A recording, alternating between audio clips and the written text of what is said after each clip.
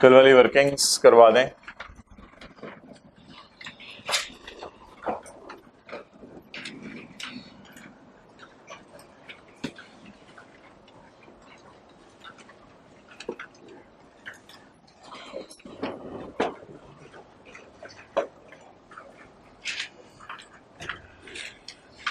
इससे पहले हमने प्रेजेंट वैल्यू निकाली थी।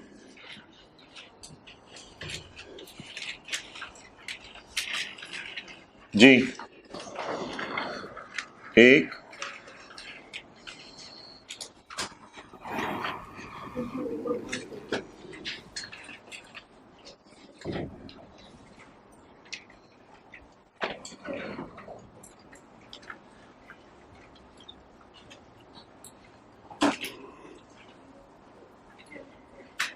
पॉइंट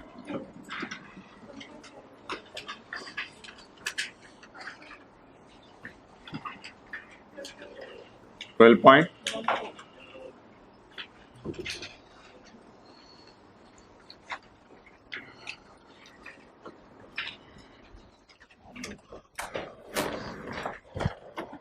ब्लैक मार्कर ले आओ।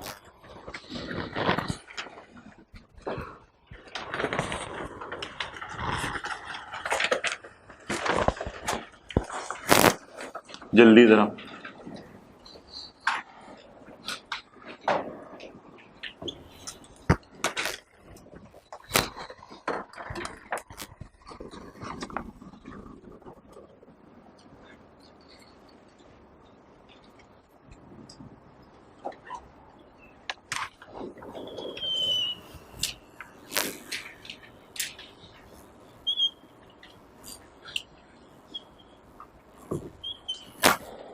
जी यकम 10/2000 WDV 250 -40 210।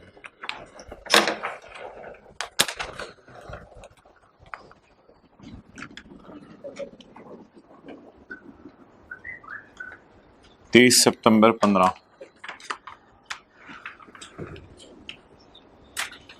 Depreciation.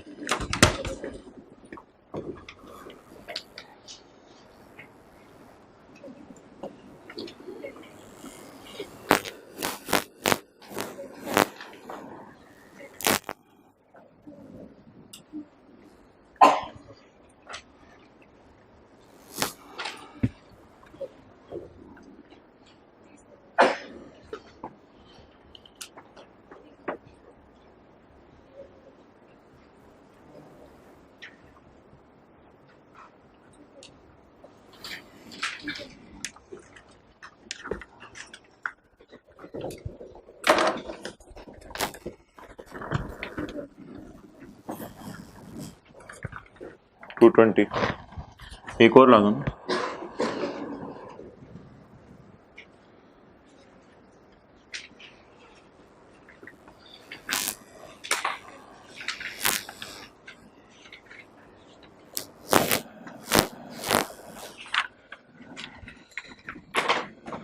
Okay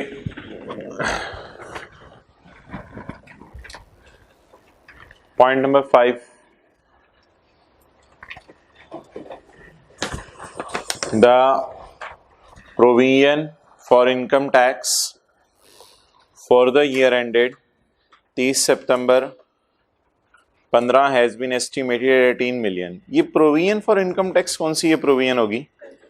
current tax की। बताया था प्रोविजन फॉर इनकम टैक्स का मतलब हुआ करेगा करंट टैक्स। तो ये अंदाजा है करंट टैक्स का। एस्टिमेट का लफ्ज उसने इसलिए यूज किया है कि ऐसा भी हो सकता है कि आपने अंदाजा लगाया हो करंट टैक्स, ये अगले साल ऑडिट हो आपका और टैक्स चेंज हो जाए।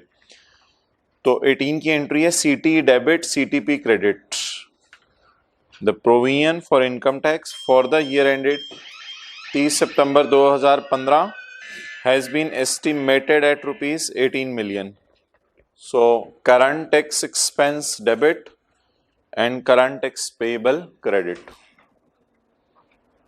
ओके अगली लाइन पढ़ के आप मुझे बता दें कि कल मैंने कहा था कभी अदर इंफॉर्मेशन ऐसे दी होगी कि डेफर्ड टैक्स का कैरी डाउन निकलेगा, कभी इंफॉर्मेशन ऐसे दी होगी अदर के डेफर्ड टैक्स एक्सपेंस डायरेक्ट निकल आएगा। तो अदर इंफॉर्मेशन पढ़ के बता दें डीटीएल का कैरी डाउन आ रहा है या डीटीई आ रहा है?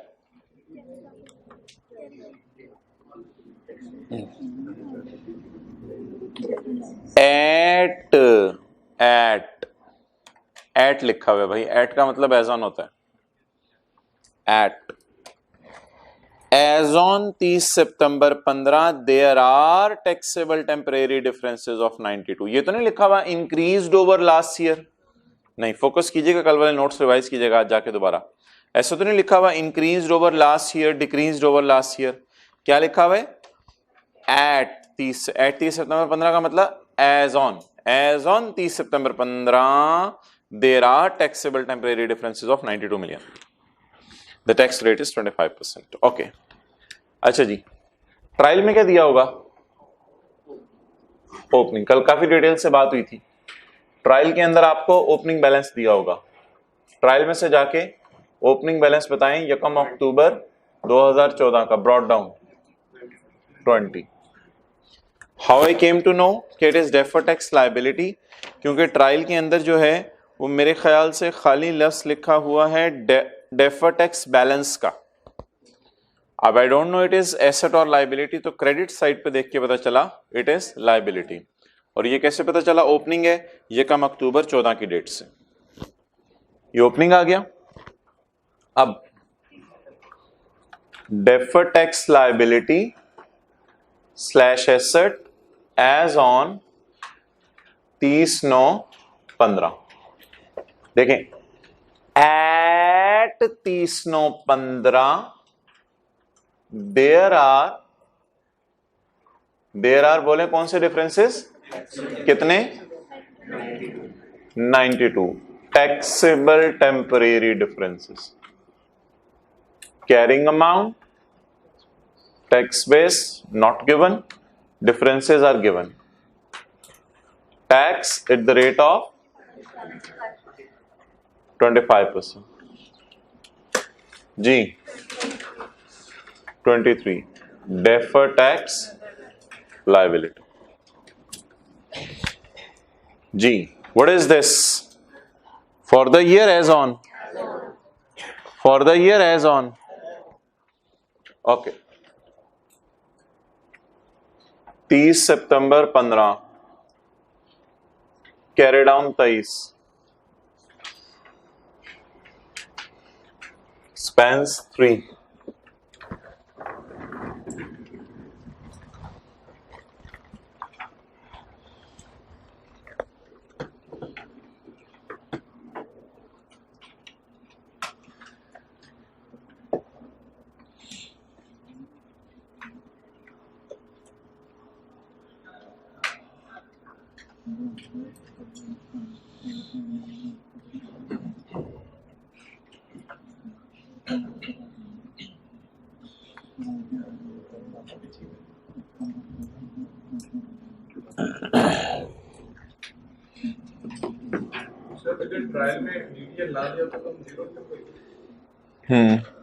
लेकिन कभी ऐसा होता नहीं है नॉर्मल बिजनेस में। ओके, सवाल की जो अदर इंफॉर्मेशन थी उससे कुछ ज्यादा वर्किंग्स मुझे नहीं करनी पड़ी, बस थोड़ी सी वर्किंग्स करनी पड़ी, और ये वर्किंग्स आपके सामने हैं। अब हम मूव करने लगे हैं फॉर्मेट की तरफ, प्रॉफिट एंड लॉस के।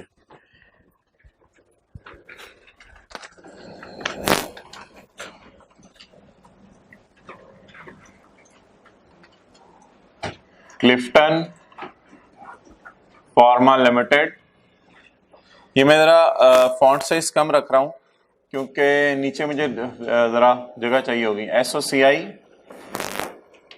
For year ended 30 September 15। Okay, what is the format of profit and loss account? Sales या revenue less cost of sales, gross profit, add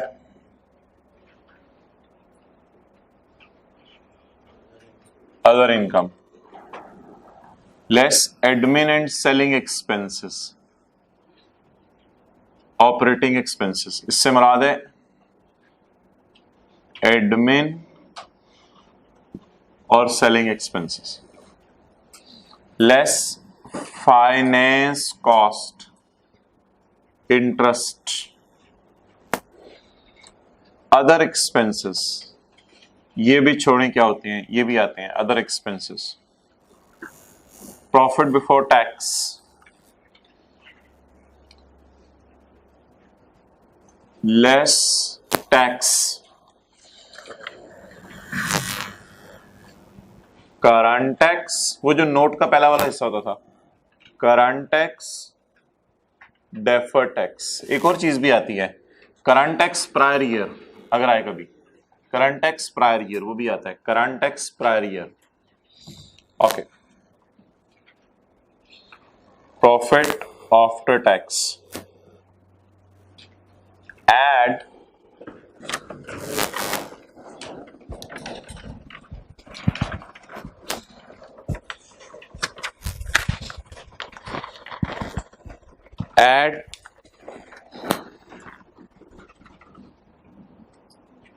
other comprehensive income. भाई red shirt वाला दोस्त आपको बुला रहे हैं, आगे आ जाओ आज तो। अच्छा जी, add other comprehensive income, revaluation surplus, total की जरूरत नहीं है फिलहाल, रीवैल्यूएशन। कौन सी वाली?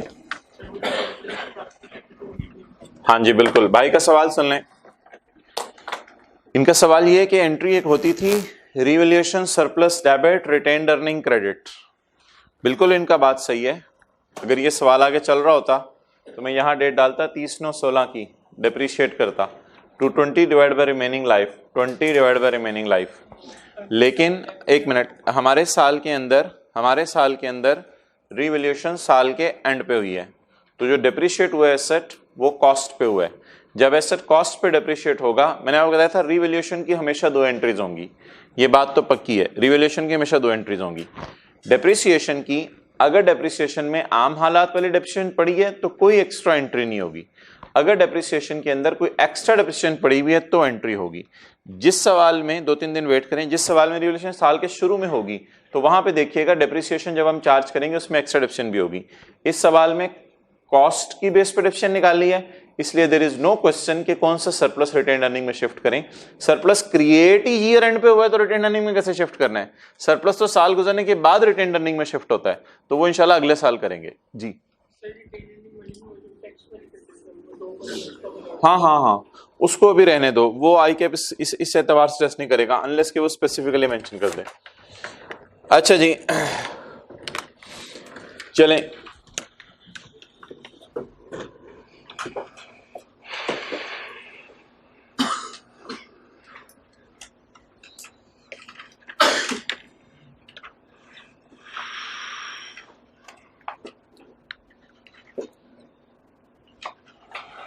चलें जी सवाल को स्टार्ट करते हैं।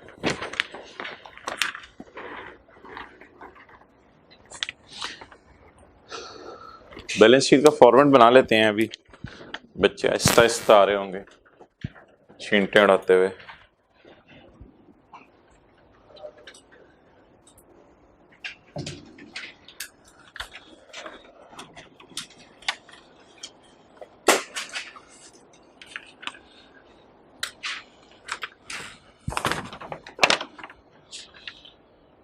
बैलेंस शीट में Clifton Pharma Limited statement of financial position as on, इसके बाद शुरू करते हैं नॉन करंट एसेट से। Non current assets.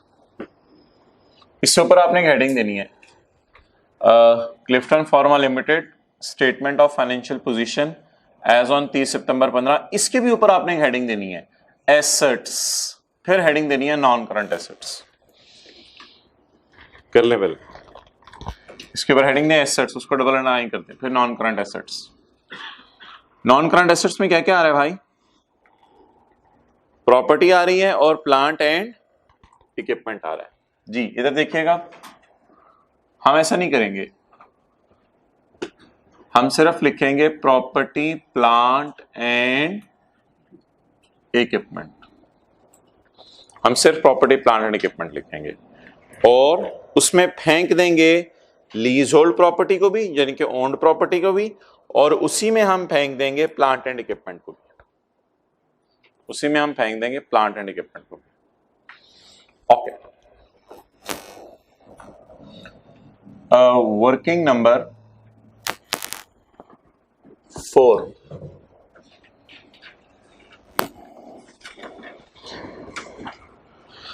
मैं असल में आप तरतीब सुने मैं कैसे चलाऊं। मैंने कॉस्ट ऑफ सेल इग्नोर किया, ऑपरेटिंग एक्सपेंसेस इग्नोर किया, इंटरेस्ट इग्नोर किया, फाइनेंस कॉस्ट में जाना है, रेंट ऑफ व्हीकल इग्नोर किया, वो एक्सपेंसेस में जाना है, रेवेन्यू इग्नोर किया, वो प्रॉफिट एंड लॉस में जाना है, इन्वेस्टमेंट इनकम अदर इनकम में जानी है।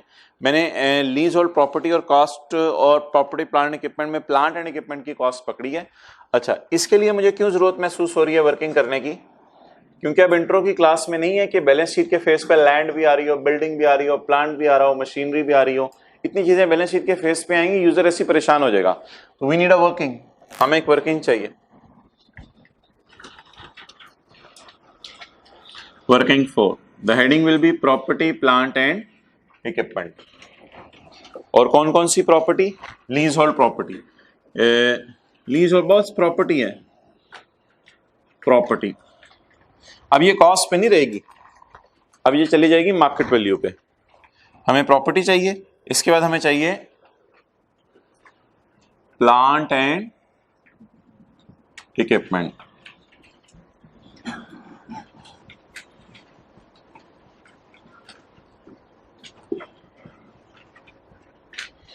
लेस कम रिडक्शन।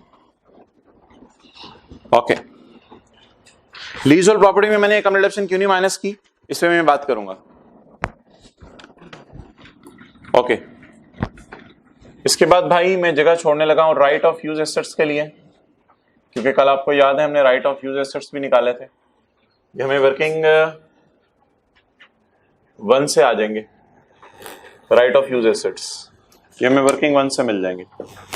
अच्छा, इसके बाद आगे बढ़े, सवाल के अंदर क्या आ रहा है? इन्वेस्टमेंट्स। ये भी क्या है? इन्वेस्टमेंट्स। अगर सवाल खामोश हो तो शॉर्ट टर्म एज्यूम करेंगे या लॉन्ग टर्म एज्यूम करेंगे? लॉन्ग टर्म एज्यूम कर लीजिएगा।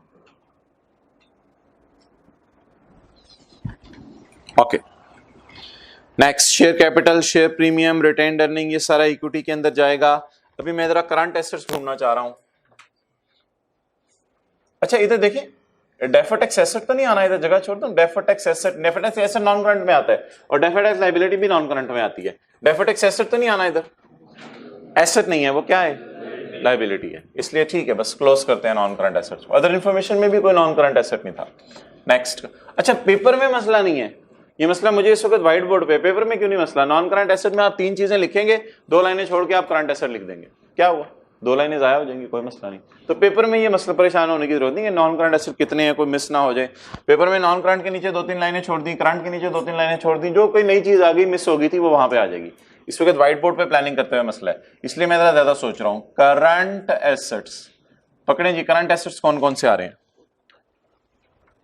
इन्वेंट्री तरतीब से देख लेना, इन्वेंट्री, ट्रेड रिसीव, डेटर नहीं, बेहतर है वही लफ्ज़ यूज कर लो जो उसने यूज किया हुआ है, trade receivable, bank. Okay, now will move towards equity. अब एक हेडिंग होनी चाहिए इक्विटी की, इक्विटी की डबल अंडरलाइन होनी चाहिए। नो, इक्विटी की डबल अंडरलाइन नहीं होगी। इधर एसेट्स को लिख के डबल अंडरलाइन, उसमें non current current, equity and liabilities लिख के डबल अंडरलाइन होगी। लेकिन मैं इसमें सिर्फ इस वक्त इक्विटी की हेडिंग दे रहा हूं, to save the time, equity single underline, equity and liabilities लिखकर डबल अंडरलाइन लगा सकते हैं जी। शेयर कैपिटल, शेयर प्रीमियम भी है, रिटेन्ड अर्निंग भी है और रिवैल्यूएशन सरप्लस भी है। Okay, next non current liabilities, इसमें लोन है और डेफर्ड टैक्स लायबिलिटी, आप पूरा लिखेंगे, लोन है और deferred tax liability. Anything else in non-current liabilities? In other information? No, I don't think so. On the face of trial, no.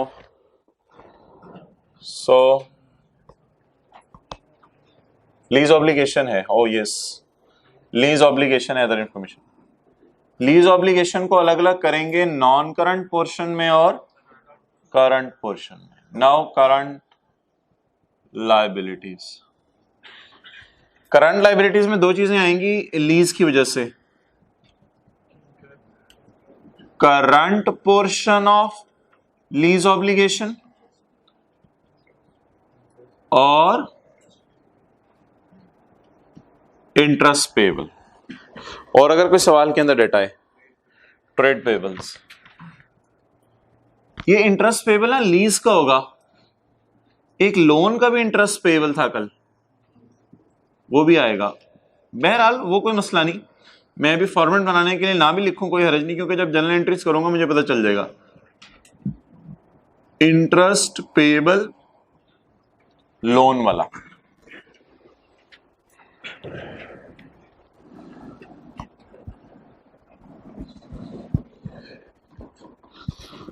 Okay.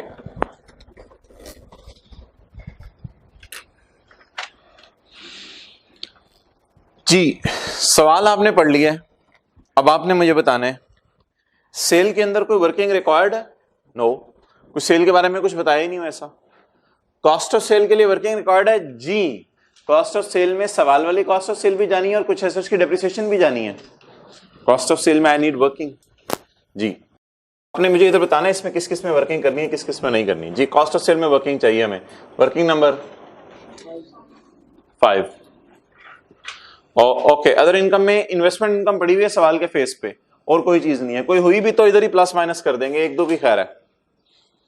Operating expenses, operating expenses में भी depreciation पता नहीं कोई जानी हो ना जानी हो, आई डोंट नो, चलो एहतियातन वर्किंग खोल लेते हैं, ना भी हुई तो कोई मसला नहीं। फाइनेंस कॉस्ट के अंदर जो है वो इंटरेस्ट जाना है, वर्किंग 7। करंट टैक्स तो डायरेक्ट एंट्री आ जाएगी, डेफर्ड टैक्स की वर्किंग खोल चुके हैं हम, वर्किंग 3। रिवैल्यूएशन सरप्लस की भी वर्किंग खोल चुके हैं, वर्किंग 2। लीज ऑब्लिगेशन की भी वर्किंग आ चुकी है, working 1, working 1, working 1। Lease obligation, DTL की भी वर्किंग हो चुकी है, वर्किंग 3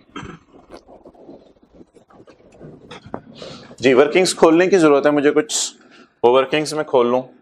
एक कौन सी खोलनी है? वर्किंग 5, कौन सी? Cost of sale, cost of sale की वर्किंग खोलनी है हमें। कॉस्ट ऑफ सेल में क्या होगा? एज पर ट्रायल कुछ आ जाएगा, बाकी फिर देख लेंगे। Working 6, operating expenses. ये इसने एक ही दफा ऑपरेटिंग एक्सपेंसेस का लफ्ज यूज किया है, आजकल तो एडमिन सेलिंग का लफ्ज यूज कर रहा है। एज पर ट्रायल, ट्रायल के मुताबिक ले लेंगे, फिर बाकी देख लेंगे जरूरत पड़ी तो। आज जरा घूमना फिरना है। ओके जी जी, let's start. Adjustment number 1, finance cost की खोलनी, फाइनेंस कॉस्ट की खोलनी working. Okay,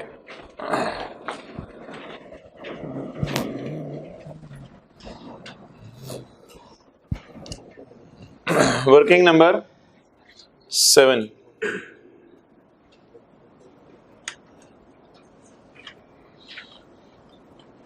finance cost as per trial. Okay, let's start the question with adjustment number 1, not with trial. Trial में जरूरत पड़ेगी, कुछ एक दो चीजों में ट्रायल में जाने की जरूरत पड़ी तो ठीक है. Let's start with adjustment number 1. The effective interest rate is 6% per year. अच्छा जी, कल हमने देखा था कि टोटल इंटरेस्ट आ रहा था 3000, ट्रायल में पड़ा हुआ था 1500. कितना रिकॉर्ड करने वाला है? 1500. तो 1500 की एंट्री बता दें. Interest expense debit, interest payable credit. ये ट्रायल में नहीं था, ट्रायल वाला मैं नहीं कह रहा, मैंने अदर इंफॉर्मेशन पढ़ी है. ठीक है जी, कुछ और भी आपने इंटरेस्ट रिकॉर्ड करना है.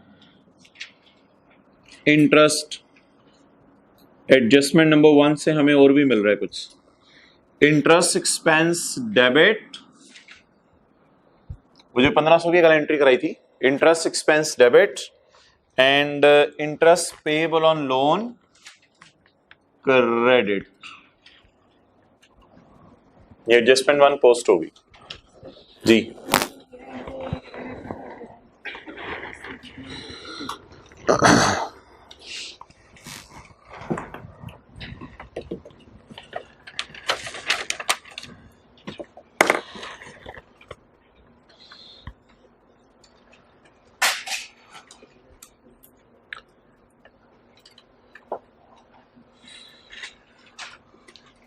भाई एक सवाल है कि सवाल ये है कि सवाल में तो बहुत सी एरर्स थी, वो एरर्स हुई सही. एरर्स सही होने के बाद टीटीडी भी चेंज हो जाना चाहिए. यानी इस 92 में शायद लीज की भी एडजस्टमेंट्स ना हुई हो. Right of use, lease liability, interest payable, फिर इसी तरह रीवैल्यूएशन की भी एडजस्टमेंट्स ना हुई हो. फिर इसी तरह बाकी डेप्रिसिएशंस की जो कैलकुलेशंस हैं, वो डेप्रिसिएशन की कैलकुलेशन करने के बाद क्लोजिंग WDVs निकालें और उनकी भी एडजस्टमेंट्स ना हुई हो टीटीडी के अंदर. तो it is a very valid question. तो मेरे भाई ऐसा आपने नहीं करना. फाइनल अकाउंट के सवालों में हम एज्यूम करेंगे सारी एडजस्टमेंट्स करने के बाद वो ये दे रहा है, वरना it will be a very big question. वो क्वेश्चन भी हम क्लास में करेंगे, लेकिन उस क्वेश्चन की खासियत होती है उसमें IAS 12 का नोट मांगा होता है और उसमें टैक्स बेस, टैक्स WDV का डाटा दिया होता है. अगर आप ये वर्किंग करना भी चाहें तो हो नहीं सकती. अगर आप ये वर्किंग इस सवाल में करना भी चाहें तो हो नहीं सकती. इफ समवन से कि रिवैल्यूएशन के असरात भी होते हैं डेफर्ड टैक्स पे, लीज के असरात भी होते हैं डेफर्ड टैक्स पे, the tax WDVs are not given. Tax WDVs given नहीं है. टैक्स करेप्शन रेट्स भी गिवन नहीं है. जिन सवालों में टैक्स करेप्शन रेट गिवन हो, टैक्स WDVs गिवन हो, यू शुड डू इट. आप इसको पुराने तरीके से करें. लेकिन फाइनल अकाउंट के सवालों में हम क्या एज्यूम करेंगे, ये सारी एडजस्टमेंट्स उसने खुद ही कर ली हुई है, बस हमें डायरेक्ट उसने ये बैलेंस दे दिया. इसी के ऊपर गुजारा चलाएंगे हम. वरना it will be a big big question, और वो भी करेंगे हम आखिरी दिन, ऐसे सवाल करेंगे. तो टैक्स का डाटा अवेलेबल सवाल में नहीं है, इसलिए वर्किंग प्रॉपर फॉर्मेट पे नहीं हो सकती. ओके, सवाल पूछते रह करें जो ज़हन में आ रहा हो.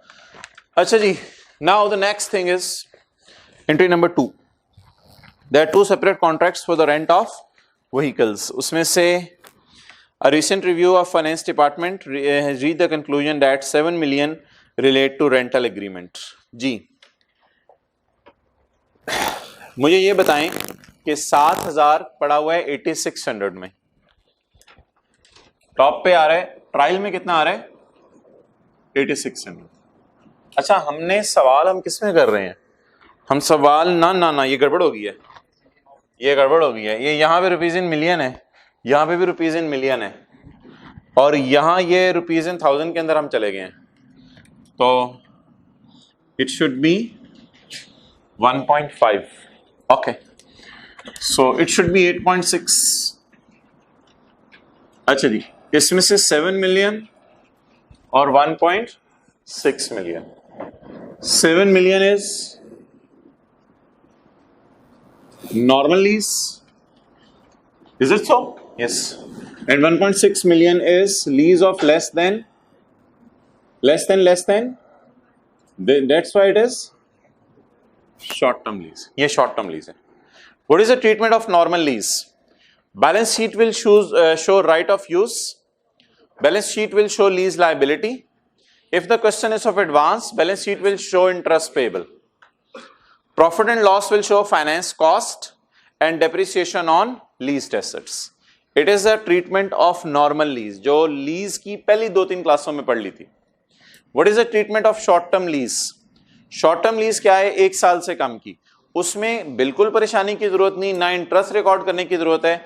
जो आपने किराया पे किया that is your rent expense, जो पेड है वो एक्सपेंस है, शॉर्ट टर्म लीज। ठीक है। हाँ, अगर लो वैल्यू एसेट होता है वो 2-3 साल की लीज होती है, उसमें स्ट्रेट लाइन बेस पे एक्सपेंस रिकॉर्ड होता है। इसमें सिंपल, जो भी आपने खर्चा पे किया that is your expense. Now this 7 will not go in expense, ये तो नॉर्मल लीज का इंस्टॉलमेंट है, ये 7 तो नॉर्मल लीज की इंस्टॉलमेंट है, तो it will not go in expense, ये एक्सपेंस के अंदर नहीं जाएगा। अच्छा, आप ऐसा करें कि मुझे सिर्फ 7 की पोस्टिंग करवा दें, यहां से देख के 7 की पोस्टिंग करवा दें। मुझे बता दें बैलेंस शीट में क्या जाता है और प्रॉफिट एंड लॉस में क्या जाता है। पहले बैलेंस शीट की बात करते हैं। बैलेंस शीट में शो होगा राइट ऑफ यूज और लीज लायबिलिटी और इंटरेस्ट पेएबल, और प्रॉफिट एंड लॉस में शो होगा इंटरेस्ट और डेप्रिसिएशन। क्लियर? अच्छा जी, मुझे सबसे पहले आप इंटरेस्ट एक्सपेंस बताएं 30/9/14 का, 30/9/14 का इंटरेस्ट एक्सपेंस बताएं। क्या 30/9/14 का इंटरेस्ट 30/9/14 को नजर आएगा? जी, एरियर के सवाल में हाँ, लेकिन एडवांस के सवाल में 30/9/14 का इंटरेस्ट कब नजर आएगा? 1 दिन बाद, यह कम 10/2/2015 को, तो सॉरी 30/9/15 को, माजरत मैंने बोलना था। क्या 30/9/15 के साल का इंटरेस्ट 30/9/15 को नजर आएगा? आम हालात में एरियर के सवालों में यस, लेकिन एडवांस के सवालों में 1 दिन बाद नजर आएगा। तो सबसे पहले इंटरेस्ट उठाएं, इंटरेस्ट को उठा के कहां डालें? फाइनेंस कॉस्ट में। इंटरेस्ट, ये तो लोन वाला था ना, interest on leased asset, lease asset में इंटरेस्ट जी कितना? 1 पॉइंट, मैं जनरल एंट्रीज नहीं लेके चल रहा, जनरल एंट्रीज भी लेके चलाऊंगा आपको, टाइम बचा तो 1.74। Okay, next is profit loss में दूसरी चीज क्या आती है? डेप्रिसिएशन। डेप्रिसिएशन देखनी पड़ेगी, कहां लेके जानी है? कॉस्ट ऑफ सेल में लेके जानी है या एडवांस सेलिंग में लेके जानी है? Point number 3, other plant and equipment is depreciated 20% by reducing balance method. All depreciation of PP should be charged to cost of sale. All depreciation of PP should be charged to cost of sale. Depreciation cost of sale में लेके जानी है। Depreciation lease वाले asset की, right of use वाले asset की। जी, क्या कोई बता सकता है कि लीज्ड एसेट रिकॉर्ड किस पे होता है? लेसी की किताबों में present value of lease payment पे या फेयर वैल्यू पे? Present value of lease payment plus IDC पे। Present value of lease payment, वो जो लॉयर वगैरह के खर्चे होते हैं वो भी कैपिटलाइज होते हैं। Present value of lease payment plus IDC पे रिकॉर्ड होता है। It is present value of lease payments. 24.4 divided by, अब लीज टर्म और यूजफुल लाइफ अलग अलग दी हुई है, सिर्फ लीज टर्म दी हुई है, सिर्फ लीज टर्म दी हुई है, तो मजबूरी में उसी को फिर लाइफ लेना पड़ेगा जी। 6.1 क्या बन गया? Profit and loss. क्या बन गया? अब क्या बनानी है लीज में? Balance sheet. अब क्या बनानी है? Balance sheet. बैलेंस शीट में क्या क्या आता है जरा बताएं, 1 मिनट दे दें बस। बैलेंस शीट में क्या क्या आता है? Right of use. Right of use working 1 से पकड़े, इसकी कॉस्ट 24.4। कितने साल डेप्रिशिएट करने? 1 साल। 6 पॉइंट, डेप्रिशिएशन पहले निकालने का फायदा हो गया, माइनस 6.1। अगर आप चाहते हैं यहां पे 6.1 के आगे लिख सकते हैं वर्किंग 5 जी। 18 पॉइंट, ये टोटल वाले कॉलम में यूज होगा। ओके, दूसरी चीज क्या जाती है बैलेंस शीट में? Lease liability. लीज लायबिलिटी के लिए कोई तारीखी फिक्रा बोल दें। बैलेंस शीट और नोट में लीज लायबिलिटी लेके जाने के लिए हमारे साल की पेमेंट के नीचे लाइन लगा दें। धोखा है, धोखा, ये हमारे साल की पेमेंट नहीं है, ये धोखा है। ये 30/9/15 के साल की पेमेंट नहीं है, ये 1 दिन बाद की है। हमारे साल की पेमेंट आपको अगर याद हो तो वो ये होती थी, हमारे साल के शुरू में। ये लाइन दूसरी है, ये लाइन मैंने वैसे ही लगाई हुई है, समझ नहीं होंगे आप।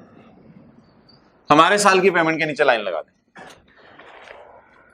इस प्याले को करंट में ले जाएं और इस प्याले को नॉन करंट में ले जाएं। एक साल के अंदर अंदर वाला करंट और एक साल के बाद वाला नॉन करंट। जी, करंट बुलाएं। Current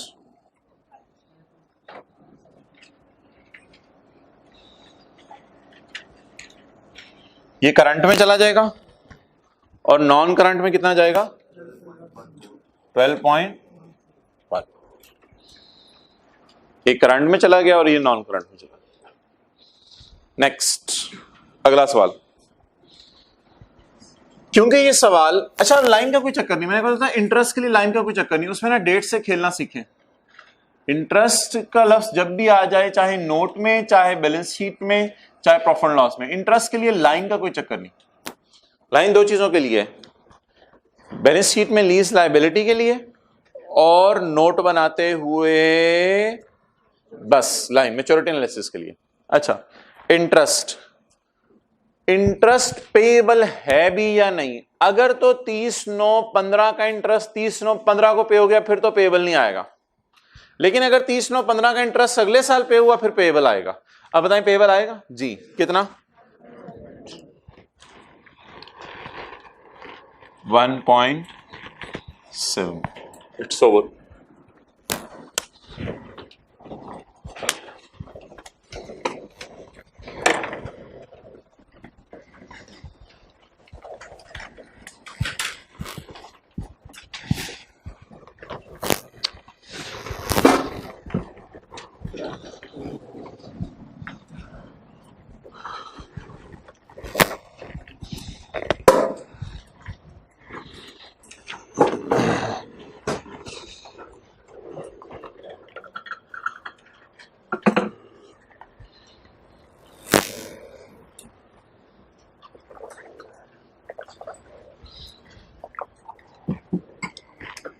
ji, revise it.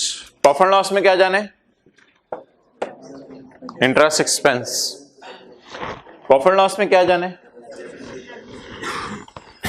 Balance sheet में एसेट और लीज लायबिलिटी का करंट और नॉन करंट, और अगर एडवांस का सवाल है तो इंटरेस्ट पे। It's all about balance sheet.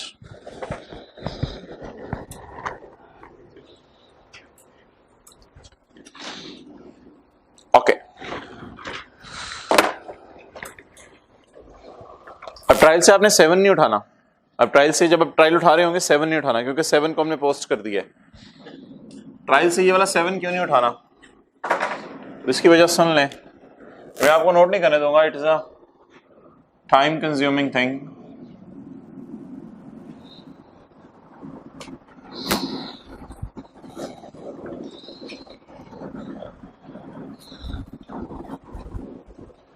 यकम 10/14 right of use debit, original entries कर रहा हूं, लीज लायबिलिटी क्रेडिट 24.4 यकम, हाँ यकम 10/14 lease liability debit cash credit 7 30/9/15 interest debit interest payable credit 1.74 30/9/15 depreciation debit accumulated depreciation credit कितने से? 6.1। Okay. It is the original entry. What has happened? It's red. Open the red. Throw the ink. Oh, acha. Wrong entry. The accountant has totally misunderstood the lease. Trial के मुंह पे आए, trial के मुंह पे आके देखें, एक लाइन लिखी हुई है रेंट ऑफ व्हीकल्स, किस साइड पे नजर आ रही है? अगर रेंट डेबिट हुआ तो क्रेडिट क्या हुआ होगा?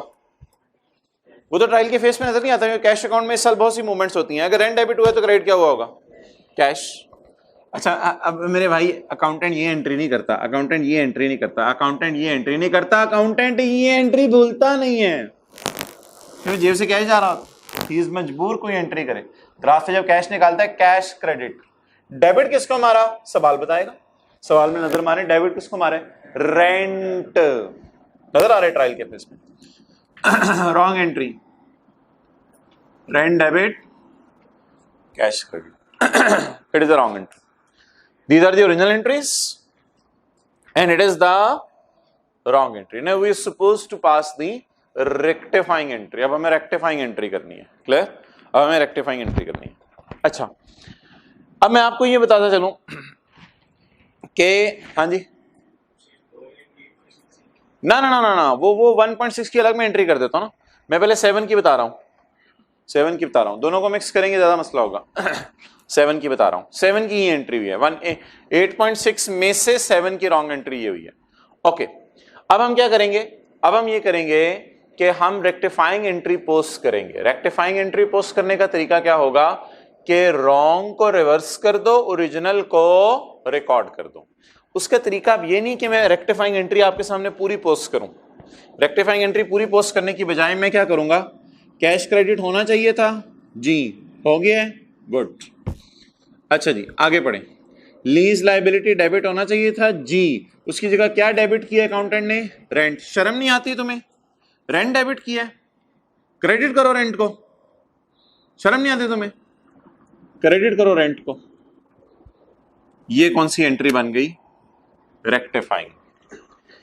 ए भाई याद रखिएगा, जिंदगी के लिए इंट्रो में बैठे हो, FR1 में बैठे हो, FR2 में बैठे हो, रेक्टिफाइंग एंट्री में कभी कैश नहीं आता। पूरी इंट्रो की किताब जाके खंगाल के देख लीजिएगा, रेक्टिफाइंग एंट्री वाला जो कॉलम है कभी कैश नहीं आता, अनलेस के सवाल में वाजे तौर पे लिखा हो कि अकाउंटेंट से कैश अकाउंट में गलती हो गई है।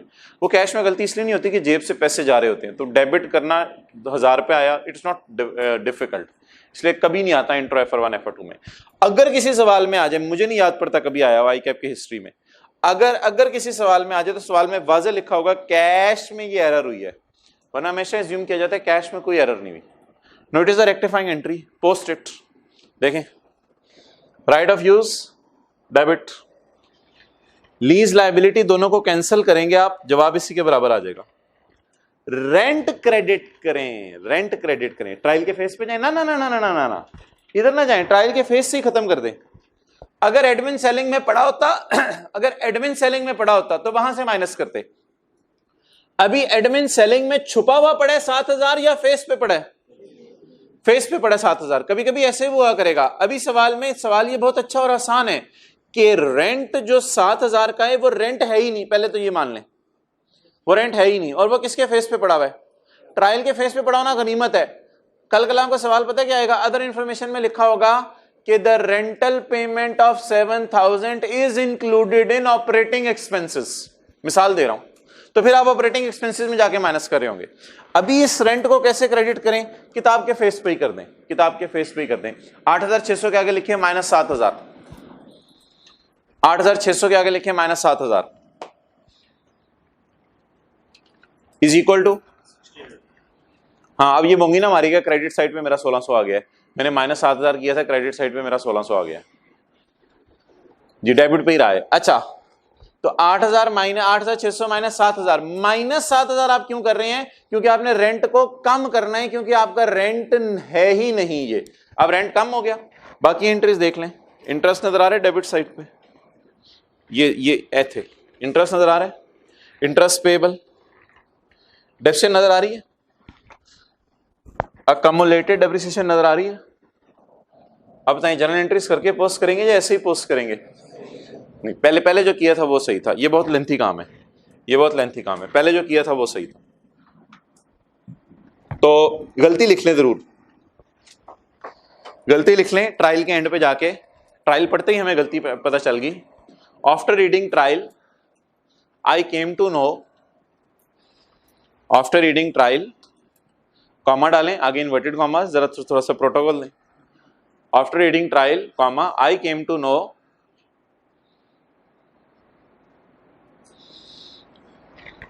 that that full accountant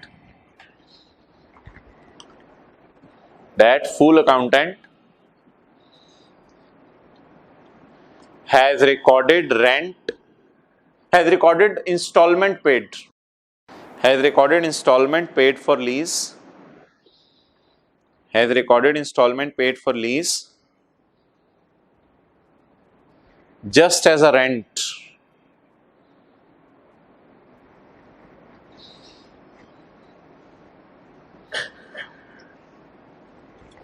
जी लिखें wrong entry past rent debit cash credit wrong entry बेचारे ने क्या कर दिया रेंट डेबिट कैश क्रेडिट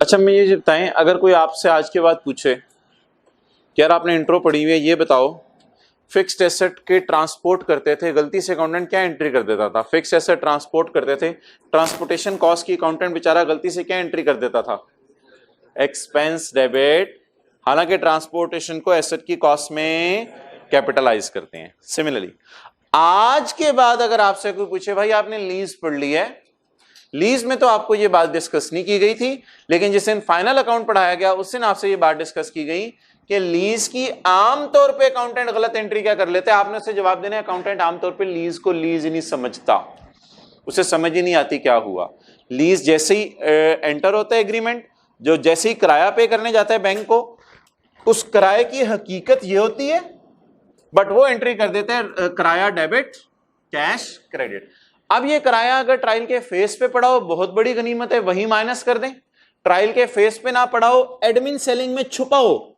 तो वहां से भी फिर माइनस करना पड़ेगा क्योंकि ये किराया है ही नहीं instead of rent we will record interest in depreciation 7 का रेंट रिकॉर्ड नहीं करेंगे हम 7 के रेंट की बजाय क्या रिकॉर्ड करेंगे 1.7 का इंटरेस्ट और 6.1 की डेप्रिसिएशन और अकाउंटेंट गलती से 7 के नाम से क्या रिकॉर्ड कर रहा था रेंट ओके नेक्स्ट आखिरी 2 लाइनें पढ़ लें 1.6 के बारे में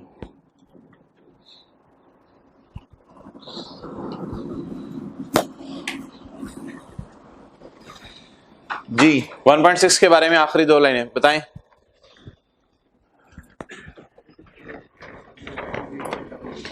The other contract for vehicle rent relate to lease for vehicle for 5 months and rent payment should be charged to और ये ऑपरेटिंग में चली जाए अच्छा ट्रायल के फेस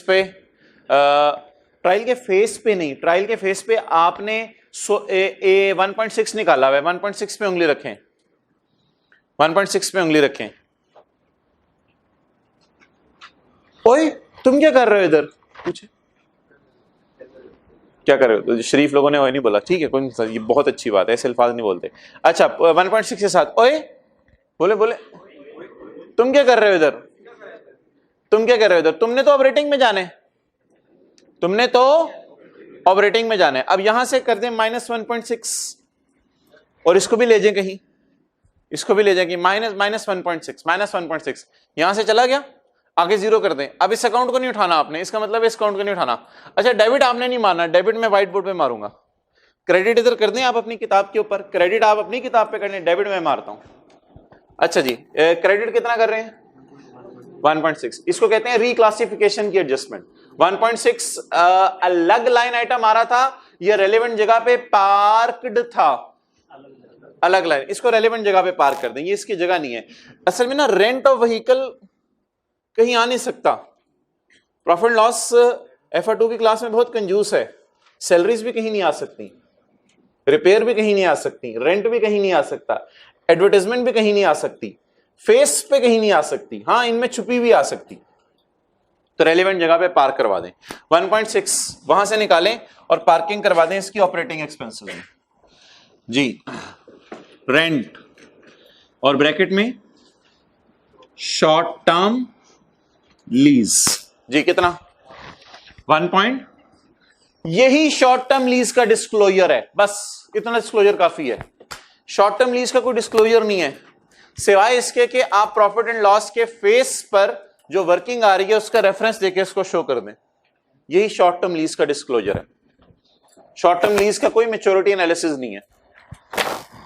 शॉर्ट टर्म लीज में यूजर को सिर्फ बताना होता है हमारा एक्सपेंस फॉर द ईयर कितना है, और वो मैंने शो कर दिया। अगर पेपर में कभी आया शॉर्ट टर्म लीज का डिस्क्लोजर, W की जगह N लिख दीजिएगा, नोट नंबर फलां, और रेंट 1.6, ये डिस्क्लोजर है, इसका मेच्योरिटी एनालिसिस नहीं बनता। बड़े सफे पे जाके देख लीजिएगा लीज के। ओके, डिस्क्लोज ही कर लेना यूजर को, बस वर्किंग में जाके डिस्क्लोज कर दिया। ओके, लेकिन पेपर में अगर नोट मांगा तो W नहीं लिखेंगे, वर्किंग नहीं, नोट। चलें जी आगे। Plant and equipment is depreciated at 20% per year. Plant and equipment, ऊपर जाएं, प्लांट एंड इक्विपमेंट पड़ा हुआ है, इसको कितने % डेप्रिशिएट करना है? कौन से मेथड से? By reducing balance method. अच्छा जी, डेप्रिसिएशन की आम हालात में जो एडजस्टमेंट पोस्ट करनी है उसको जरा सीख लें, सारे अटेंटिव हो जाए।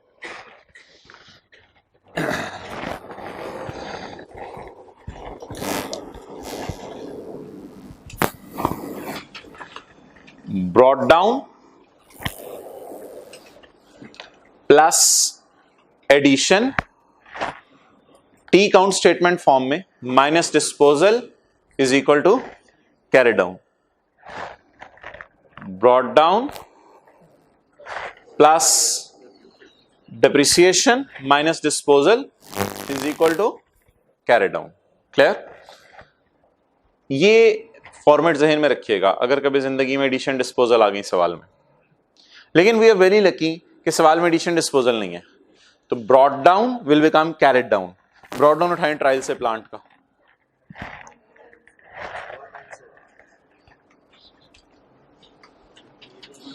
Brought down plus depreciation is equal to carried down. Brought down उठाएं काउंट डेप्शन का 47। डेप्शन कहां जानी है? ऑल, देखिए नीचे देखा ना, all depreciation should go to cost of sale. Depreciation किसकी?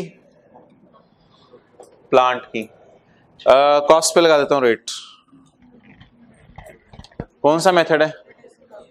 रिड्यूसिंग बैलेंस मेथड जी। कॉस्ट बताएं। 197, अकाउंट डेप्शन 47। What is this? This is opening WDV. I'm saying what is this? This is opening WDV. Opening WDV पे rate लगाना है या cost पे? जी, into 20%। Entry बताएं 30 की। Depreciation debit accumulated depreciation credit जी 77। Brought down plus depreciation is equal to carry down.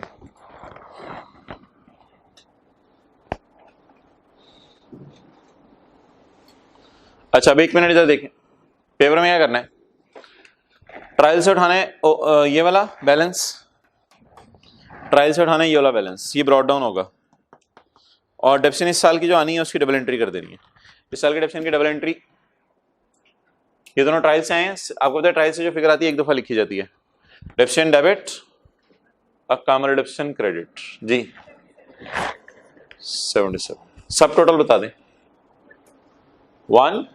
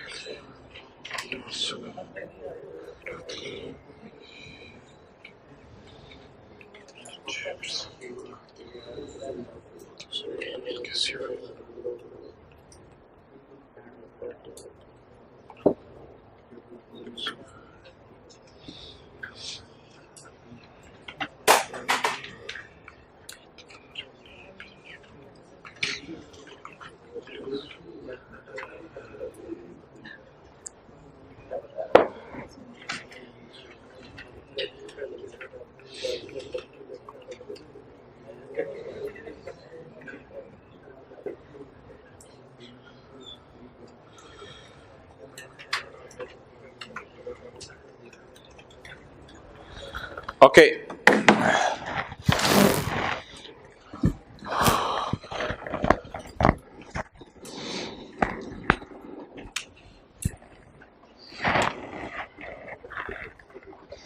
कौन सी adjustment रहेगी है? रिवैल्यूएशन की। कौन सी एडजस्टमेंट रहेगी है? रिवैल्यूएशन की। उसके बाद डेफर टैक्स वाली। डेफर टैक्स वाली पहले कर लें, फिर रिवैल्यूएशन वाली एडजस्टमेंट के ऊपर आराम से आधा घंटा लगाएंगे। उसमें statement of changes in equity बनाना भी सीखेंगे, उसके अंदर ओसीआई के अंदर फिगर्स को प्रेजेंट करना भी सीखेंगे, और उसके अंदर सरप्लस की प्रेजेंटेशन सारी देखेंगे। तो पहले डेफर टैक्स की वर्किंग मुझे करवा दें, आखिरी इंफॉर्मेशन पढ़ के कि सीटी की एंट्री करवा दें। बोले बोले बोले 18 की एंट्री करवाए ना, सीटी डेबिट सीटीपी क्रेडिट। पढ़ें जी, इधर देखें, सीटी डेबिट जी बोलें 18, जिस तरह नोट में होता था करंट और डेफर्ड, एग्जैक्ट नोट का वो जो रिकंसिलिएशन से ऊपर वाला पोर्शन है, सीटी डेबिट सीटीपी क्रेडिट नहीं। अब आप प्रोफेशनल लफ्ज लिखें, अपने समझने के लिए सीटीपी लिख लें। इसका प्रोफेशनल नाम है provision for tax. Provision for tax का मतलब है टैक्स का अंदाजा, एब्रीविएशन यूज कर सकते हैं सीटीपी, करंट टैक्स पेबल। जी कितना? 18 जी।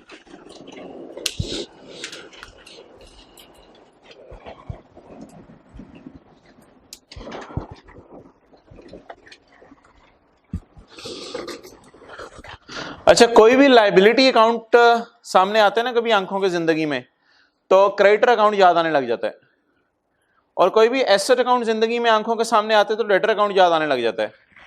जी, creditor account, opening, purchases, closing. Purchases कहां जाती थी? प्रॉफिट लॉस में। और कैरिड ऑन कहां जाता था? बस कोई भी एसेट अकाउंट आता है ऐसे महसूस होते जैसे डेटर अकाउंट्स आए, और कोई भी लायबिलिटी अकाउंट सामने आंखों में नजर आते हैं ऐसे लगता है जैसे क्रेडिटर अकाउंट जैसे है। Opening stock plus purchases, sorry opening creditor plus purchases equal to closing creditor. बता दें अब डीटी कहां जाएगा? परचेजेस की तरह प्रॉफिट एंड लॉस में, और कैरी डाउन बैलेंस शीट में। चलें जी, डीटीई एक्सपेंस कितना?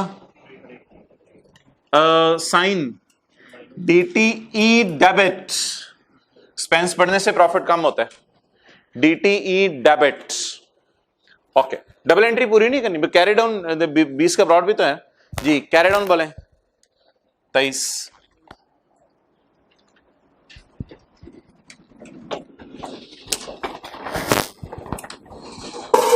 जब टी अकाउंट बन जाए ना किसी का, फिर डबल एंट्री पे नहीं चलना।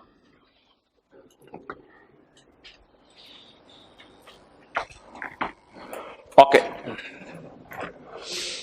नाउ मैं हूं, आप हैं, और वर्किंग टू है। अब हम वर्किंग टू के ऊपर टाइम लगाएंगे।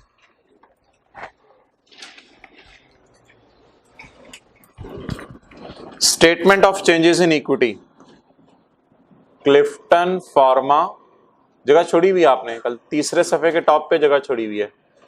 Clifton pharma statement of changes in capital, statement of changes in equity, this is equity, statement of changes in equity for year ended. इस पे एज ऑन नहीं लिखना, फॉर ईयर एंडेड पहली दफा बन रही है। For year ended 30 September 15। Okay,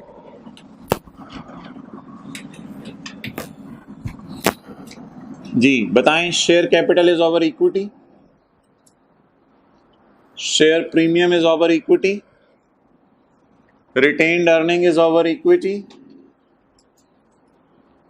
revaluation surplus is over equity.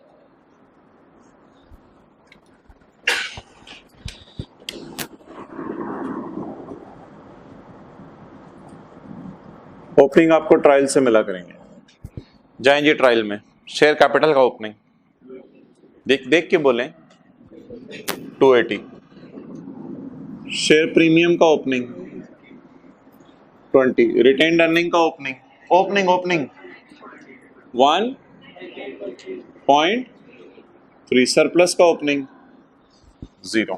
Trial में इस साल पहली दफा एसेट रिवैल्यू हुए हैं, वो भी इस साल के पहले दिन नहीं हुए, साल के आखिरी दिन हुए हैं। यह आपके सामने बनने लगी है statement of change in equity. Okay, अब आपने मुझे बताना है, ऐसे ही statement of change in equity मैंने आपको पढ़ाई नहीं दी, लेकिन मुझे उम्मीद है कि आप सही बताएंगे।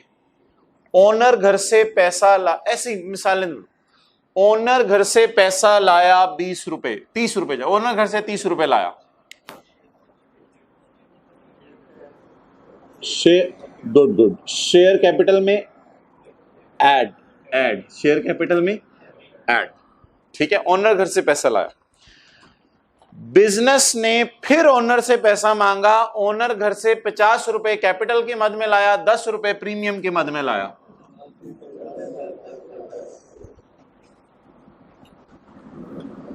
बिजनेस ने इस साल और अर्निंग की, प्रॉफिट आफ्टर टैक्स, बिजनेस ने इस साल और अर्निंग की, रिटेन्ड अर्निंग में कौन सा साइन, प्लस।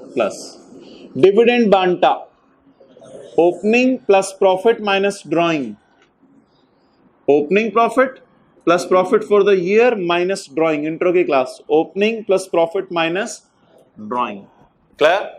तो स्टेटमेंट ऑफ इक्विटी का फॉर्मेट अभी खुलेगा आपके सामने, 2-4 दिन के अंदर प्रॉपर स्टेटमेंट ऑफ इक्विटी हम बनाएंगे।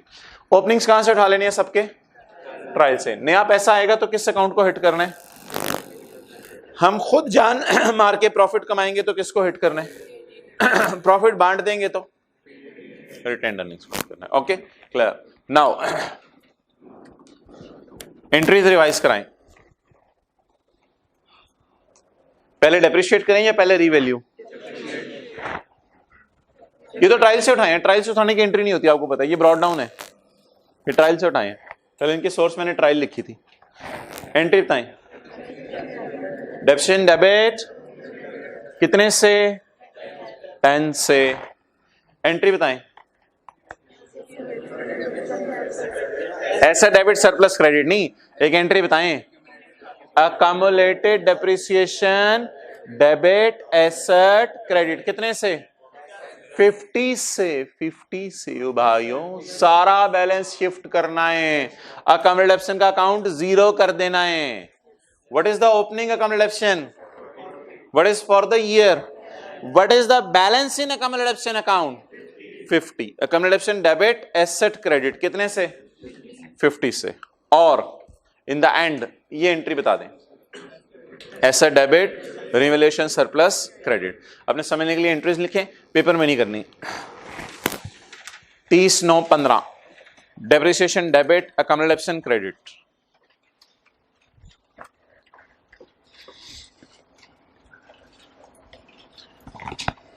30/9/15 depreciation debit accumulated depreciation credit.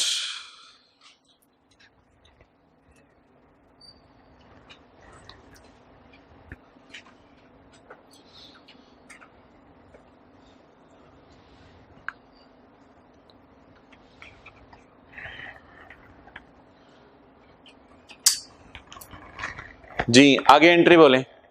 अब आप कहेंगे अकम्युलेशन में 10 का बैलेंस पड़ा हुआ है ना, भाई 10 का कहां पड़ा हुआ है, अब तो ब्रॉड डाउन भी तो ट्रायल में पड़ा हुआ है। तो अकम्युलेशन का एंटायर बैलेंस शिफ्ट करते हैं या for the year, entire balance. 30/9/15 accumulation debit और asset credit.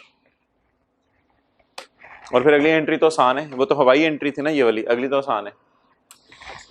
Asset debit, revaluation surplus credit. Okay. We will never pass journal entries and we will never post journal entries. लिखें. We will never pass journal, never pass and never post in final account. Never pass, never post, never pass, never post. Okay. ना पास करनी है ना post करनी है. लेकिन आज पहली क्लास है इसलिए पोस्ट करके दिखा रहा हूं, लेकिन फिर मिटा दूंगा. पोस्ट करना जरा सीख लें.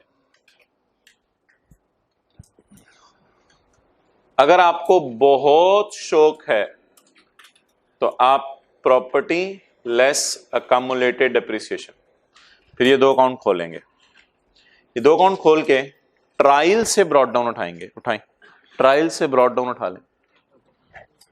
250 और 40, ये दोनों उठा लिए, ये दोनों उठा लिए. ठीक है. अब अपने रजिस्टर पे देखें. अब अपने रजिस्टर पे देखें. पहली एंट्री बताएं. डेप्रिसिएशन डेबिट, और देखते रहें मेरी तरफ. Depreciation debit.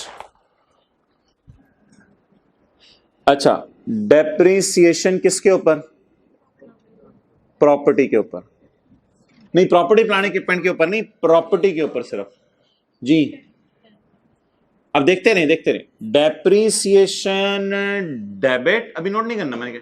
Depreciation debit accumulated depreciation credit. Entry post होगी पहली, दूसरी पोस्ट कराएं. 50 की पड़ी हुई है ना, 50 की पड़ी हुई है. दूसरी पोस्ट कराएं. अकम्युलेटेड डेप्रिसिएशन एसेट क्रेडिट. देखिए नहीं रेम, तो नोट तो करना ही नहीं है. इस तरह तो एंट्रीज पेपर में करनी ही नहीं. फिर मिटा रहा हूं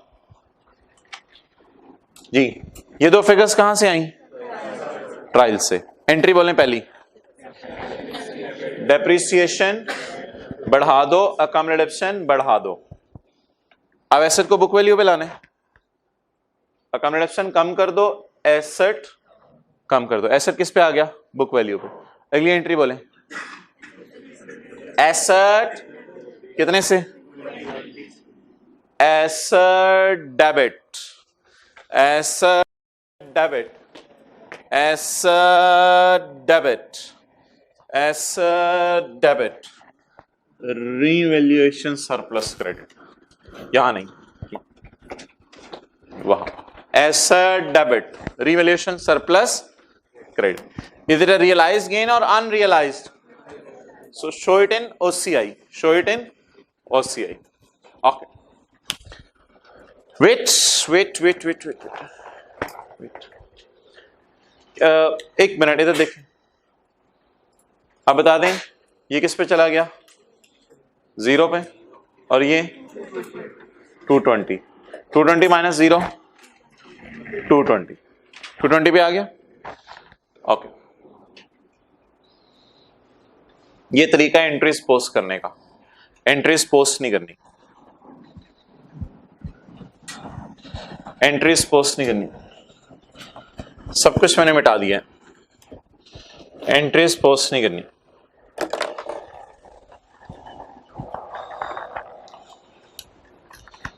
आपने इसको नहीं, इसको डेबिट. अच्छा, और इसको,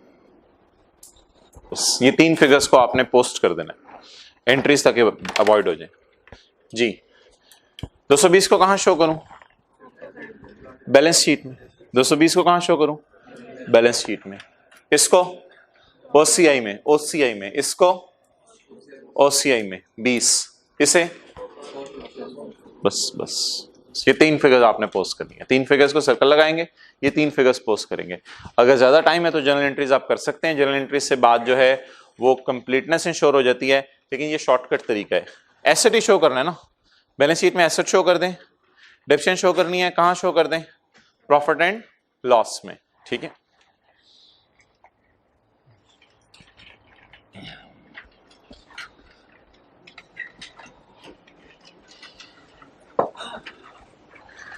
मेरे भाई मैं बड़ा सोच के इसको सर्कल किया, मैंने इसको नहीं सर्कल किया, मैंने इसको सर्कल किया है। ये जाने ओसीआई में, बिकॉज आपको पता है कभी कभी पता है क्या होता है, एसेट ज्यादा से बढ़ते हैं, पुराने लॉस को रिवर्स करते हैं, वो जो पुराना लॉस रिवर्स होता है वो अदर इनकम में जाता है। ऐसा भी होता था ना कभी कभी, इधर जो है वो मिसाल के तौर पे 22 आ रहा था, 2 इधर आता था, फिर 20 इधर आता था, तो 2 पुराना लॉस रिवर्स हो रहा होता था, वो डायरेक्ट अदर इनकम में जाएगा, वो पुराना लॉस रिवर्स हो रहा है। हमें सरप्लस वाला कॉलम चाहिए या एसेट में जो इंक्रीज है, सरप्लस वाला। ओसीआई में क्या लेके जाने, सरप्लस। क्लियर? ओके, तो इन 3 फिगर्स को सर्कल लगाएंगे और बस पोस्ट कर देंगे, जनरल एंट्रीज अवॉइड हो जाएंगी। जी डेफिशिएंट बता दें। वो वैसे ही मैंने कर दिया, फाइनल अकाउंट के सवालों में वो नहीं आता। आपको पता है कि दफा ऊपर से बैलेंस चल रहा होता था, फिर इधर 22 आ जाता था, इधर 2 आ जाता था, इधर 20 आ जाता था, ऐसे होता था। इधर ऊपर -2 पड़ा हुआ है, इधर 22 आता था, आप इधर 2 लिखते थे, फिर बैलेंसिंग ये 20 आता था। वो 2 कहां जाने, फिर वो 2 अदर इनकम में जाने, क्योंकि वो पुराने साल की लॉस की रिवर्सल। आप एंट्री क्या करते थे, याद है, asset debit, revaluation, surplus credit, profit and loss credit. वो जो 2 है वो फिर अदर इनकम में जाता, बिल फर्ज अगर इधर 22 आता। बहरहाल छोड़ें जी, बोलें जी 10 कहां जाना है, cost of sale. 10 cost of sale में ले गए। ये कहां जाना है, बैलेंस शीट में। क्या लिख के, प्रॉपर्टी। बस थोड़ा झटका तरीका लगा दें, अकोमोडेशन माइनस नहीं करनी, झटका तरीका लगा दें, डायरेक्ट ही शो कर दे। प्रॉपर्टी कितने के, 220 की। सरप्लस इधर नहीं लेके जाना, ये बच्चे गलती करते हैं, इधर लेके जाते हैं, तो इधर नहीं लेके जाना। चलें जी, ट्रायल पकड़ें, सवाल खत्म हुआ।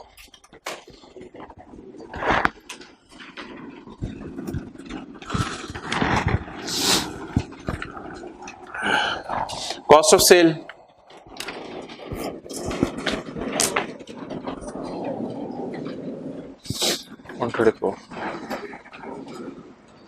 Operating expenses. 2 मिनट आप मुझे दे दें, फिर 2 मिनट मैं आपको दे दूंगा, साथ साथ नोट ना करें। 35 लोन इंटरेस्ट पेड 1.5। ये ट्रायल में आ रहा था ना, तो एक दफा ट्रायल आई हुई फिगर्स एक दफा आती हैं। 8600 का 7 माइनस करके काफी सारी एंट्रीज कर दी उसकी जगह, और 1600 को निकाल के कहीं सही जगह पे शो कर दिया हुआ है। नेक्स्ट 338 300 338 300। इन्वेस्टमेंट इनकम 338 पॉइंट हो गया ना। Investment income 2,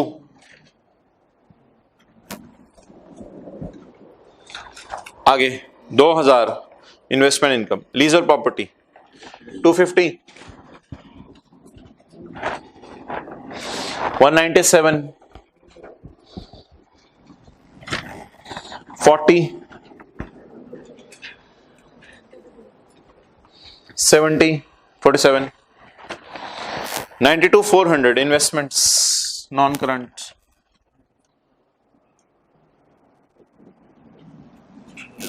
92, 400, 280। शेयर कैपिटल हो गया, शेयर प्रीमियम, रिटेन्ड अर्निंग्स होगी जी। Loan notes, loan 50,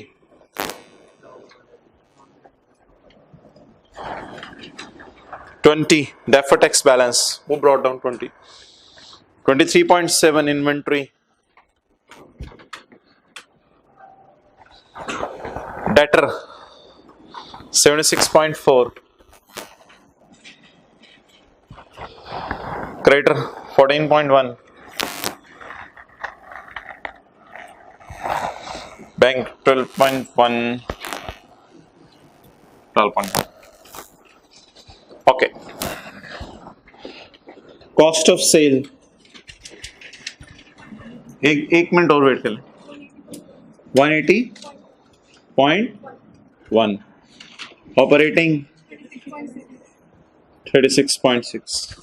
Finance 4.7. बुला लेंगे सबको. Cost of sale 1.1. Operating expenses 20.6. Finance cost 4.74. GP 158.2. PBT 118.86. चलें सब टोटल कर लेते हैं टैक्स का, वैसे कोई जरूरत नहीं थी. प्रॉफिट आफ्टर टैक्स वैसे थी जरूरत 90.86. ओके.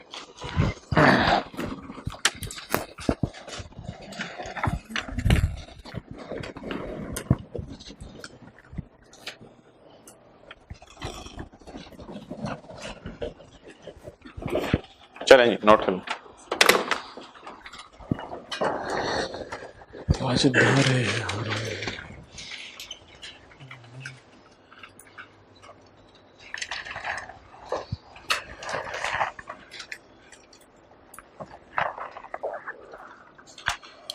आपके दाएं बाएं वाला क्यों नहीं आ रहा?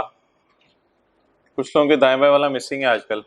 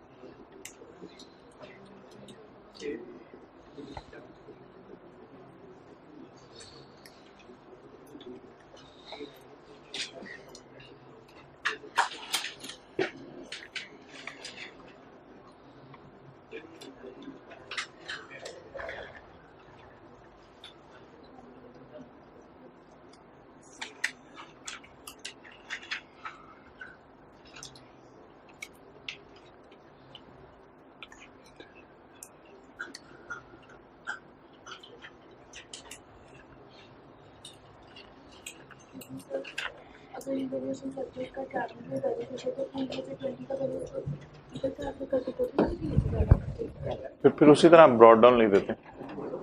फिर उधर भी रिमेनिंग लाइफ दी होती, फिर डिडक्शन उसको नहीं हाथ पे निकालते.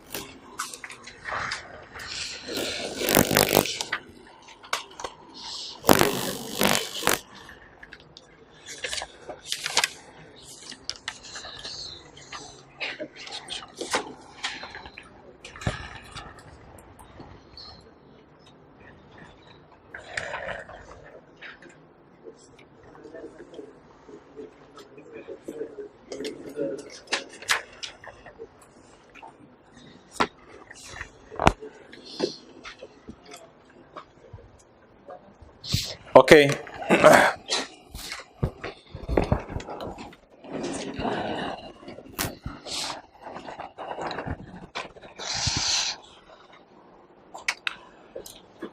जी, some people are of view, बल्कि the standard is of view, बल्कि everyone should do it, कि इनका टोटल करे profit after tax plus other comprehensive income. It is realise profit 97 and it is unrealise profit. लेकिन मैं इसके total नहीं करता, और इसका टोटल फिर किसी दिन कर लेंगे, किसी आखिरी क्लास में.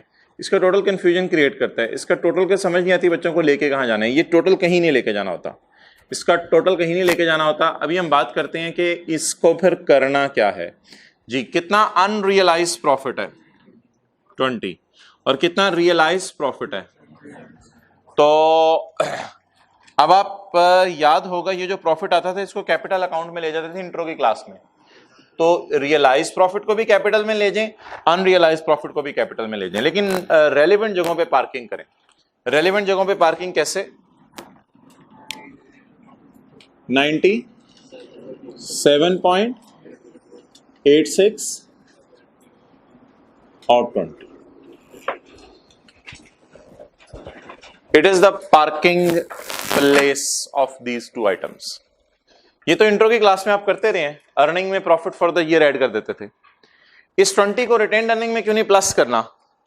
इस 20 को अगर आपने रिटेन अर्निंग में प्लस किया तो यूजर मांगेंगे डिविडेंड, हालांकि इस 20 में से हम डिविडेंड नहीं दे सकते. तो what is my realised, what was my realised profit? 19.3. Now what is my realised profit for the year? It will be my total realized profit. What was my realized profit at the unrealized profit at the end of previous year? 0. What is the unrealized profit for the year? What is the total unrealized profit? 20. So it is a parking. ये आज की सबसे अहम बात है कि statement chain equity में आपने प्रॉफिट को कहां शो करना है. स्टेटमेंट चेन इक्विटी के अंदर प्रॉफिट आफ्टर टैक्स को आपने शो करना है रिटेन अर्निंग के नीचे, और इसको आपने शो करना है टोटल. करना है करें, नहीं करना ना करें, इसकी कोई मसला नहीं. खत्म हो गया. ये दोनों लाए हैं या एक लाए ले आए हैं? दोनों ले आए हैं तो टोटल लिख दें यहां पे. दोनों ले आए हैं टोटल, यानी पूरा का पूरा उठा के ले आए हैं. टोटल लिख दें. टोटल कंप्रीहेंसिव इनकम लिख दें, कंप्रीहेंसिव इनकम लिख दें. पहली क्लास है, अल्फाज में क्यों डालना? अल्फाज से बंदा परेशान होता है.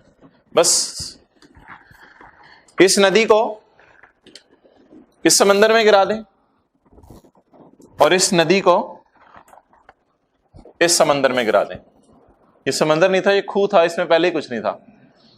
ओके, इसका नाम ऐसे लिखा हुआ है आईके अपनी अपनी किताब में, टोटल इनकम. टोटल इनकम अच्छा लफ्ज नहीं है.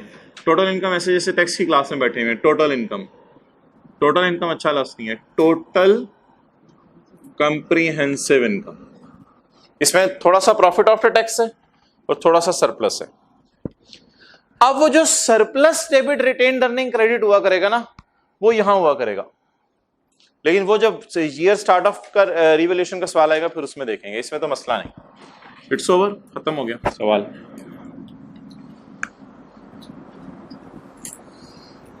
ये स्टेटमेंट चेन इक्विटी थी. 17.16. जी, स्टेटमेंट चेन इक्विटी में क्या क्या आता है बोले? प्रॉफिट आफ्टर टैक्स और revaluation surplus. Profit after tax आता है प्रॉफिट एंड लॉस से, और सरप्लस भी आता है प्रॉफिट एंड लॉस में ओसीआई से. जी, आप देखें नो वर्किंग. देखें इधर आपने कभी वर्किंग क्लास नहीं लिखना. ये स्टेटमेंट इन इक्विटी से आ रही है. इक्विटी स्टेटमेंट इसकी बना दी है पूरी. ओके, लेकिन ना इस सवाल में आप लिख सकते हैं वर्किंग का लफ्ज, क्योंकि इस सवाल में स्टेटमेंट इन इक्विटी मांगी नहीं हुई. तो you can classify it as a working as well. It is also a working in this question. जी, share capital 280, share premium 117.20.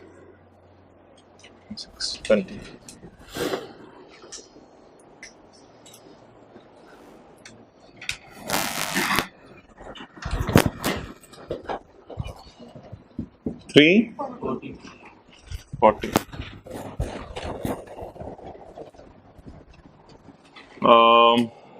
Grand total कर दें एसेट्स का, ग्रैंड टोटल 562.9 और equity plus non current liabilities plus current liabilities का grand total ही करवा दें, grand total 562.9।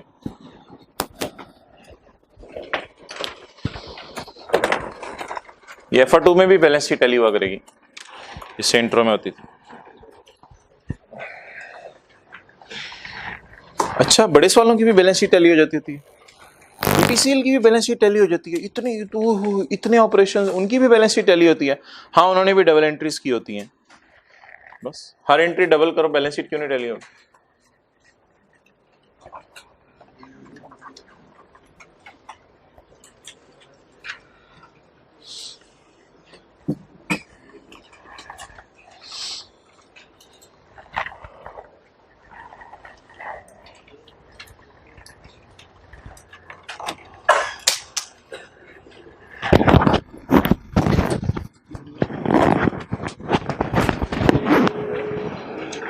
IAS 38 के MCQs।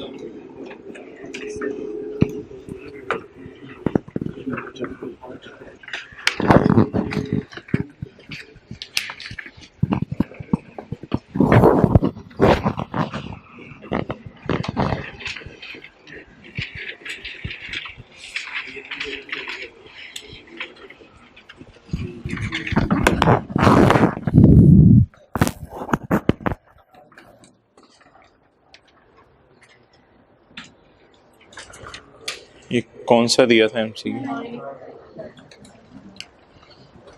जी, IAS 38 MCQs निकालने।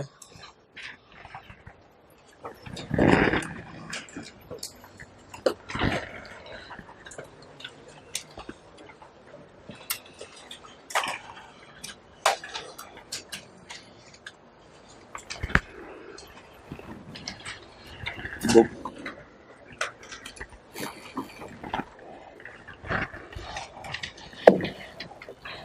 MCQ नंबर 9 आपको दिया था।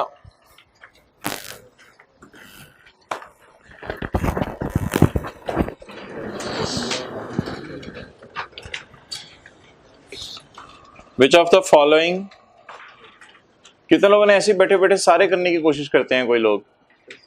हाँ, ये ना बस सारे नहीं हो सकते, क्योंकि इसमें 3-4 जो है कंसोलिडेशन के हैं। तो चले, मैं फिर भी थोड़े बहुत टिक करवा दूंगा, लेकिन मैं सोच रहा हूँ कि इसका कोई हल नहीं है। MCQs भी हों, वो भी हो, और फिर सिलेबस भी ख़त्म हो जाए, तो इसकी शायद कोई ऑडियो रिकॉर्डिंग आपको 20 की बना के दे दी जाए, ताकि आप वो ऑडियो रिकॉर्डिंग सुन लें, उसी से गुजारा चल जाए। पॉइंट 9 में आए, which of the following could be classified as development expenditure in Mars limited statement of financial position? ₹1,20,000। ये जो भी आपने चीज रिवाइज करनी होती है, हैंड रिटन सफ़े, और जो क्लास में हर लेक्चर में सवाल कराया है वो एक दफ़ा आपने जब कर लिया और फिर MCQ पे हाथ डालेंगे, फिर आप यू विल फील कंफर्टेबल। ऐसे कि MCQ में आसान होंगे, नहीं नहीं, इट इज़ नॉट। जब तक सारी रिवीजन करेंगे टॉपिक की, फिर MCQ आसान होंगे, वरना आसान नहीं होंगे आपके लिए। 1,20,000 स्पेंट ऑन डेवलपिंग, डेवलप, यहाँ पे डेवलप का लफ्ज़ है। अच्छा, developing a prototype and testing a prototype sample model and testing a new type of propulsion system। ये क्या होता है, हमें इससे कंसर्न नहीं। प्रोपल्जन सिस्टम कोई भी हो, इस तरह का कोई भी नाम पेपर में आएगा, मैंने भी डिक्शनरी में जाके मतलब नहीं देखा, आप भी डिक्शनरी में जाके मतलब देख सकते हैं, कोई हरज नहीं है देखने या देखने में। अगली बात पढ़ें, the project needs further work on it as a system is currently not viable. इस वक्त सिस्टम वाइबल नहीं है, लोग कह रहे हैं यार ये पता नहीं चले नहीं चले, क्या करें जी? इसको कैपिटलाइज कर दें, एक्सपेंस में डाल दें, एक्सपेंस में डाल दें। सवाल था which could be classified as development, तो it can not be classified as development. ये अपने अंदर ना एक चीज डेवलप करने की कोशिश करें। जब MCQ का जवाब दे रहे हो ना, तो सवाल दोबारा पढ़ा करें, सवाल की इंग्लिश रिपीट किया करें। Which of following could be classified as development. घर में अपने आप से बात करें, it will not be classified as development because not viable। इस तरह घर में अपने आप से बात किया करें, तो ये आंसर निकल गया, फारिग हो गया। a payment of rupees 50,000 to a local university's engineering faculty to research new environmental friendly building techniques. Research. अब सवाल की पहली लाइन पढ़ें, बोलें it could not be classified as development because it is research. ये तरीका होता है आंसर करने का. C 35,000 developing an electrical developing. This is near completion and the product will be launched soon. सब ideal जन्नतों में हम. As this project is first of its kind, it is expected to make a loss. हमने कहा था future में economic benefit आना चाहिए in the form of increase in sale और रिडक्शन इन, और ये प्रोजेक्ट फ्यूचर में कंफर्म क्या दे रहा है? तो क्या फ्यूचर में इकोनॉमिक बेनिफिट प्रोबेबल है या फ्यूचर में इकोनॉमिक लॉस है? तो लॉस है, तो इसको फिर रिकॉर्ड ना करें. डी लिखें future economic benefit is not probable, बल्कि future economic loss is expected. उस इंटेंजिबल को इंटेंजिबल ही ना बनाएं जो फ्यूचर में लॉस देगा. अच्छा एक और बात सुन लें, अगर इस साल 5-6 महीने लॉस दिया वो कोई मसला नहीं. ये लाइन और है, एक सवाल हमने क्लास में किया था, उस सवाल में लिखा हुआ था कि पहले 6 महीने इसने एक्सपेक्टेड रिजल्ट अचीव नहीं किए, कोई मसला नहीं. इसको 6 साल भी लग जाए एक्सपेक्टेड रिजल्ट अचीव करने में, कोई मसला नहीं. सवाल में क्या लिखा हुआ है? इसने तो करना ही लॉस है. As this project first it is expected that it will make loss, हमेशा ही लॉस करेगा, तो फिर इसको एसेट बनाने की जरूरत नहीं.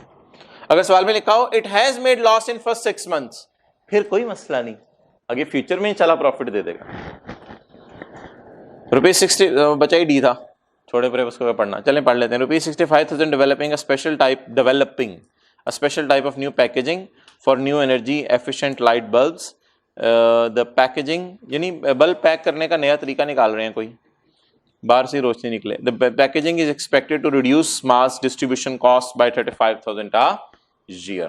ठीक है, तो कॉस्ट रिडक्शन होगी, इसलिए डेवलपमेंट कैपिटलाइज करेंगे.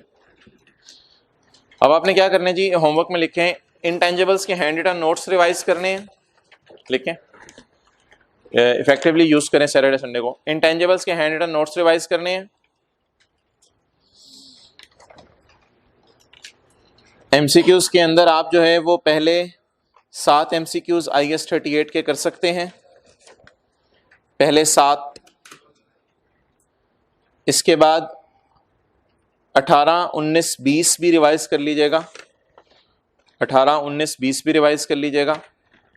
और जरूर बेजरूर पास पेपर का क्वेश्चन 5, 6, 7 IS 38 जरूर कीजिएगा.